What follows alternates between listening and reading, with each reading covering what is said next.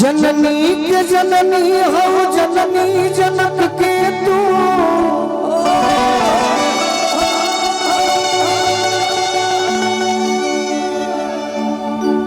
जयती जयती जयकार जग जननी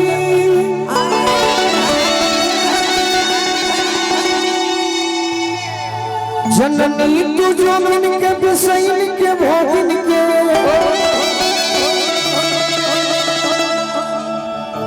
सब पर जननी हमारी जननी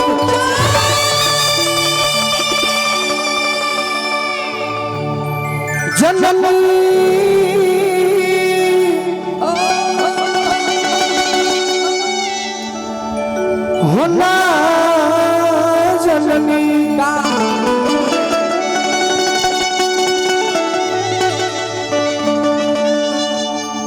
जननी होना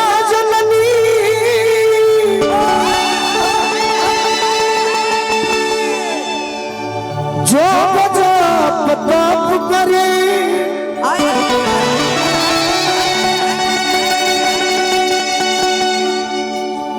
जननी न वेद हम गवार जग जननी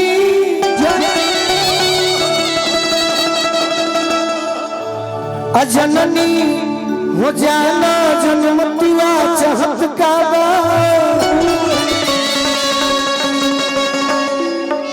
गोलूराज लैका तोहार जग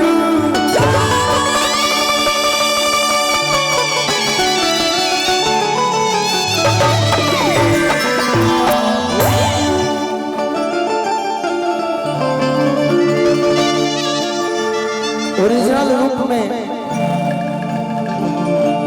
माई के सुमिरन वंदना आराधना प्रार्थना रिक्वेस्ट विनती गुहार चिरौरी उतने कहीं कहले जाला बाकी लय धुन में कलाकार गावेले श्रोता के मनोरंजन करे खातिर बाकी हमरा गर्व होला कि हमार घर जहानाबाद जिला ना गया जिला ना आरा जिला तो काली माई जी तरह के हाथ दिले हुए हैं एक बार प्रेम से दोनों हाथ उठाई अब तनी मनी आरा जिला वाले जयकारी बोलल जाओ जब शुरू हुई तनी प्रेम से दोनों हाथ सबसे उठा दो एक बार तनी दिखावा अपन कला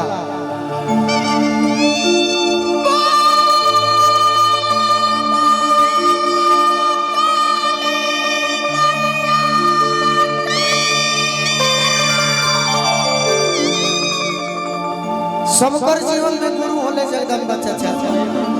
हमारे गुरु पिताजी का लगते हो बाकी जेकर गीत सुनने बानी उनके राह पर चलते भरत शर्मा जी बड़ी सुंदर गीत गौले निर्गुण गौले कि अरे जब से गवाना दिनवा धरा रतिया नदी गया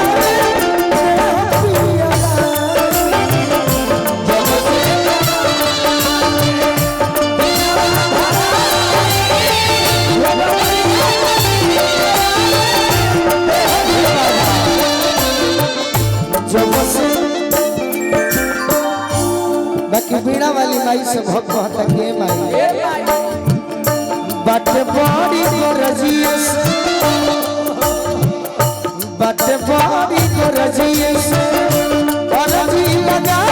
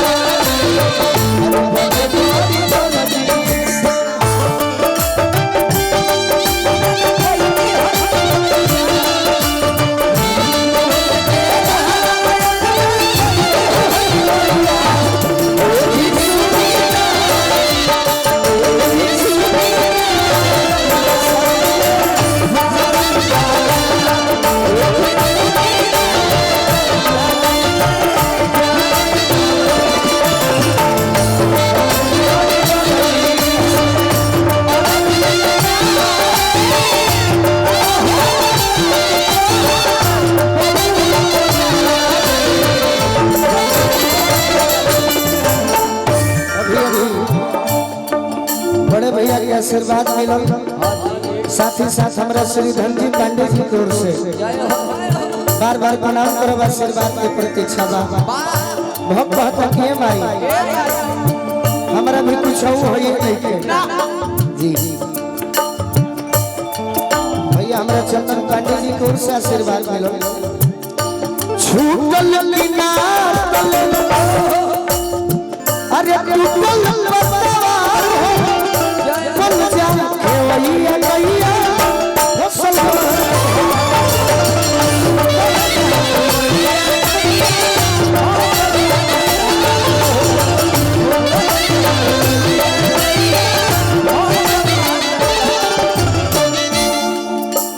बड़ी इम्पोर्टेंट पुरस्कार मिला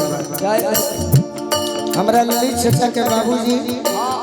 यानी हमारे बाबा के तरफ से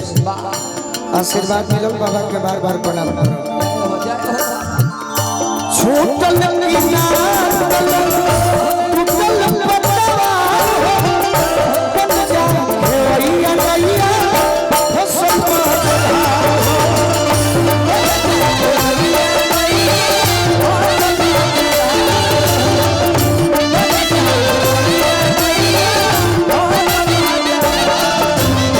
बहन के बहुत बहुत आशीर्वाद अब बहन के आशीर्वाद हमारा लगा कोई से पार जाई कोई से पार जाई कोई से पार जाई तोरे गया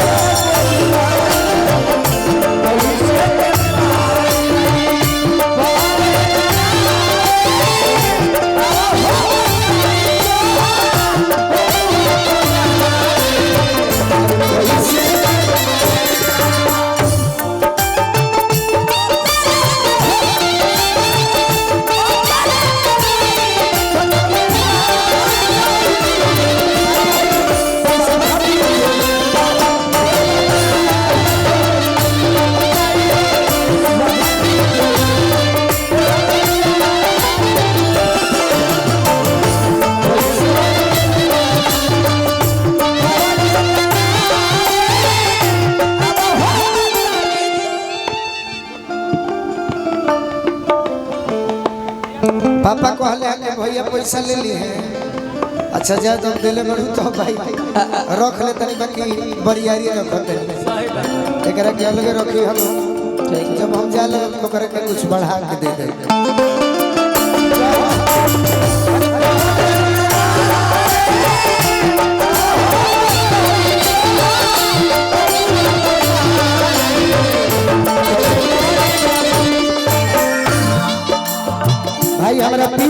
तरफ से सब कलाकार के आशीर्वाद। अरे भाई देखो हमारे राजा जी हमारे प्रिय भाई के तरफ से तू कुछ तो बता। मेरा विवाह का कीजिए एक महीना के पेमेंट देता रहे। बड़हरा विधानसभा के चर्चित नेता बानी पूर्व मुखिया जटा शंकर पांडे जी की ओर से बहुत बहुत आशीर्वाद, हजारों हजार रुपया के आशीर्वाद, लाखों लाख रुपए के आशीर्वाद मिलल। ललित चाचा कलाकार में अब बिजनेसमैन में अंतर बा। कलाकार में अब बिजनेसमैन में अंतर का बा। अगर यदि हम रउरा संगे बिजनेसमैन बन के रही थी तो फिर चाचा ना कहले रही थी। हम ऐसा घर परिवार बन के आई बनी अब बड़ी मान सम्मान मिलल। हम जानत रही चंदन बड़ा टेंशन में रहले का रे हमारा खातिर का व्यवस्था बा कने कि हमार ललित चाचा के प्रोग्राम हम खुदे गायक हमें लेदार है चलो तारा घर दियन लागी। माई से कहने के माई हम मलकीन तू ही मौका ना देला है। सोनी जी हमारे घर पर गईनी है, हमारे साजिंदा भाई लोग गईला सेवा कईनी है, लेकिन तुम लोग तो मौके ना देला है।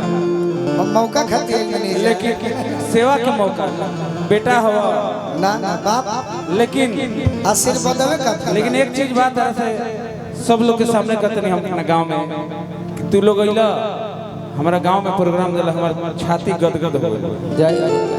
जब जब गांव में प्रोग्राम करवे के मन होई आ जब तक सांस रही सोनी दीदी भी हमरे व्यवहार के है, चंदन भी वैसने हमारे मित्र हो। हम कमेटी के लोग से कहब चार आदमी तो हमने के गई रही जा। चंदन बाबू 5000 रुपया एडवांस सोनी जी के अकाउंट में भेजवाले, 5000 रुपया अभय बाबू के अकाउंट में गई, 5000 चंदन बाबू के आ इनका के देते रह गनी कि तू ले ला कुछ तो कहता ना चाचा हमरा कुछ ना चाहिए। हम आई बहुत ये बहुत बड़ा सम्मान है ओकर कारण बा यही बगल के हमार शान हवे पूरे बिहार भारत प्रदेश के पवन सिंह जी फिल्म के हीरो हवे न। बिल्कुल बाकी दिल के हीरो भी बने के बानू हमनी के। हां जी ऐसे तो तारे सब लोग इज्जत करता है। अरे किया वो ये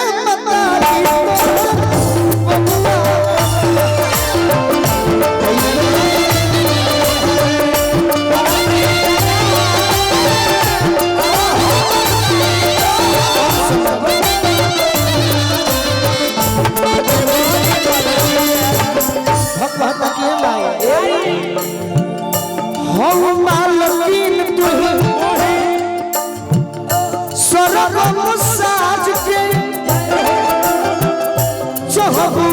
राख ले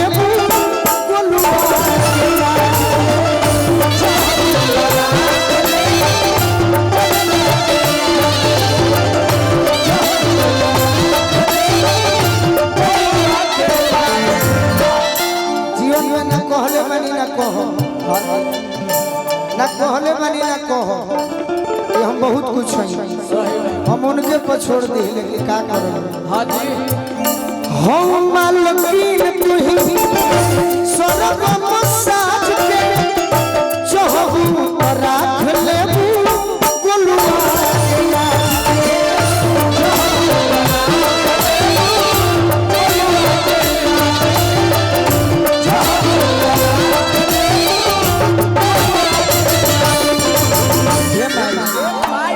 सुनो संग दिल संगे सुनो संग दिल संगे सिरा झुकाए और तो हमार दीदिया चौगुन गाते ले बिया तो हमने के नए प्रयास लागी बाकी ओरिजिनल चौगुन है में सेट करी कि सुनो संग दिल संगे सिरा झुकाए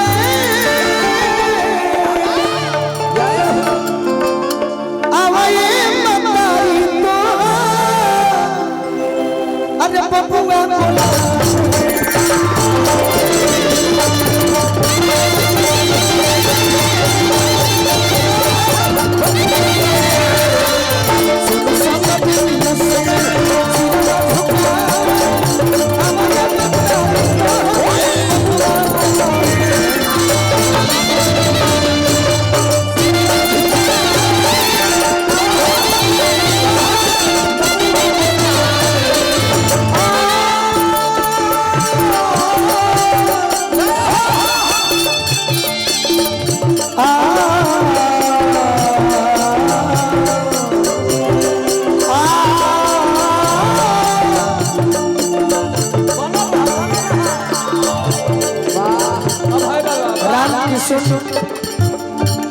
जौन साउंड पर आज हमने के गनई होता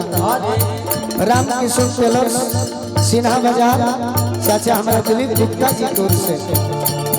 माई काली के कृपा माई सरस्वती के कृपा बना रहो जय हो बट बॉडी को जी अलगी लगा